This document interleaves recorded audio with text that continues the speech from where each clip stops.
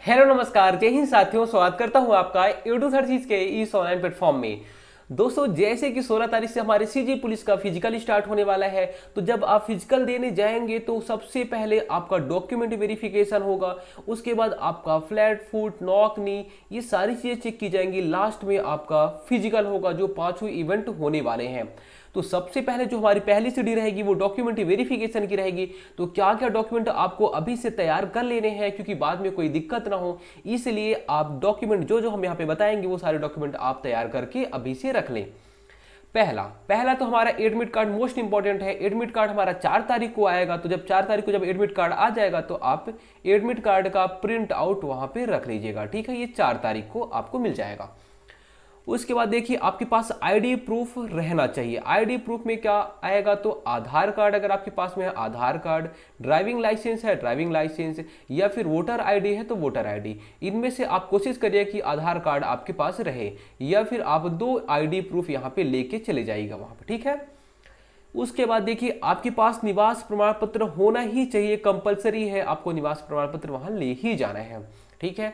तो admit card हो गया, आईडी प्रूफ हो गया, निवास प्रमाण पत्र हो गया। साथ में आपको 10वीं और 12वीं का मार्कशीट ले जाना है। क्या? 10वीं और 12वीं का मार्कशीट। 10वीं के मार्कशीट में आपका डेट ऑफ बर्थ रहता है, तो डेट ऑफ बर्थ वेरीफाई करना होगा तो उसको रखेंगे। साथ में 12वीं का भी मार्कशीट रख लीजिएगा। जो नक्सली क्षेत्र से आते हैं वो 5वीं और 8वीं का मार्कशीट लेके जाएंगे, और वो उनको 8वीं पास मांगे हैं तो 8वीं का यहाँ पे मार्कशीट वो लेके जाएंगे। जो नक्सली क्षेत्र से आते हैं वो, बाकी सब लोग 10वीं और 12वीं का मार्कशीट लेके जाएंगे।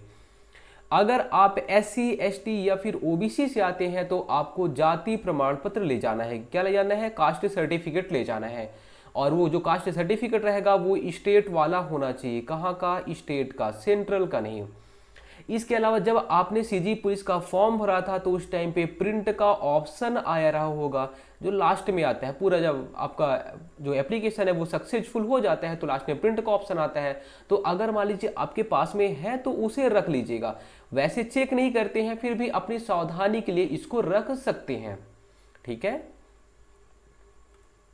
उसके बाद देखिए, अगर आप बोनस अंक चाहते हैं, अगर आपने बोनस अंक के लिए अप्लाई वगैरह किया है या फिर आप चाहते हैं, तो वो भी आपको रखना है। क्या क्या? तो एनसीसी का, जो एनसीसी का रहता है, या एनएसएस का होता है, या फिर इसके अलावा जो खेल कूद का रहता है, तो ये आपको रखने हैं। ठीक है। खेलकूद का जो आपको सर्टिफिकेट मिला होगा, या फिर एनएसएस का, एनसीसी का, ये सारी चीज़ें आपको रखनी है।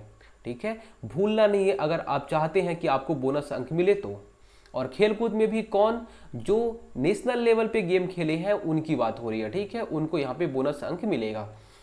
इसके अलावा आप अगर हाइट में छूट के लिए अप्लाई किए थे कि हाँ हमें हाइट में छूट चाहिए, अगर आपको छूट मिल गई है तो वहाँ पे आप ये हाइट का जो छूट के लिए जो सर्टिफिकेट आपको मिला होगा, है ना, या फिर जो अधिकारी का साइन वगैरह होगा, तो उसको आप लेके जाएंगे। हाइट में छूट वालों के लिए ये है।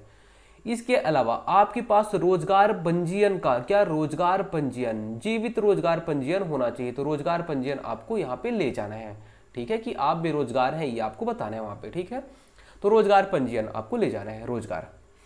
इसके अलावा आपको अपनी फोटो भी रख लेनी है। फोटो क्यों रखनी है? मान लीजिए कि आपका आईडी कार्ड में फोटो एकदम काला सा आ गया है और आप वहां पे थोड़े से गोरे दिख रहे हैं, तो बोलेंगे ये कैसा है ना। तो वेरीफाई करने के लिए कभी कभी वो फोटो मांग लेते हैं, तो आप अपनी सुविधा के लिए 1 से 2 फोटो आप रख सकते हैं। ठीक है। तो जितनी भी चीजें हमने बताई है सारी चीजें आपको रखनी है। इसके अलावा अब आप अच्छी से तैयारी शुरू कर दीजिए, क्योंकि हमारे पास टाइम कम है। हड़बड़ाना आपको नहीं है, इंजरी से आपको बच के रहना है।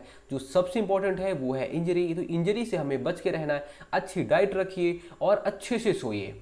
ठीक है दोस्तों, उम्मीद करता हूँ चीजें आपको समझ में आई होंगी। धन्यवाद।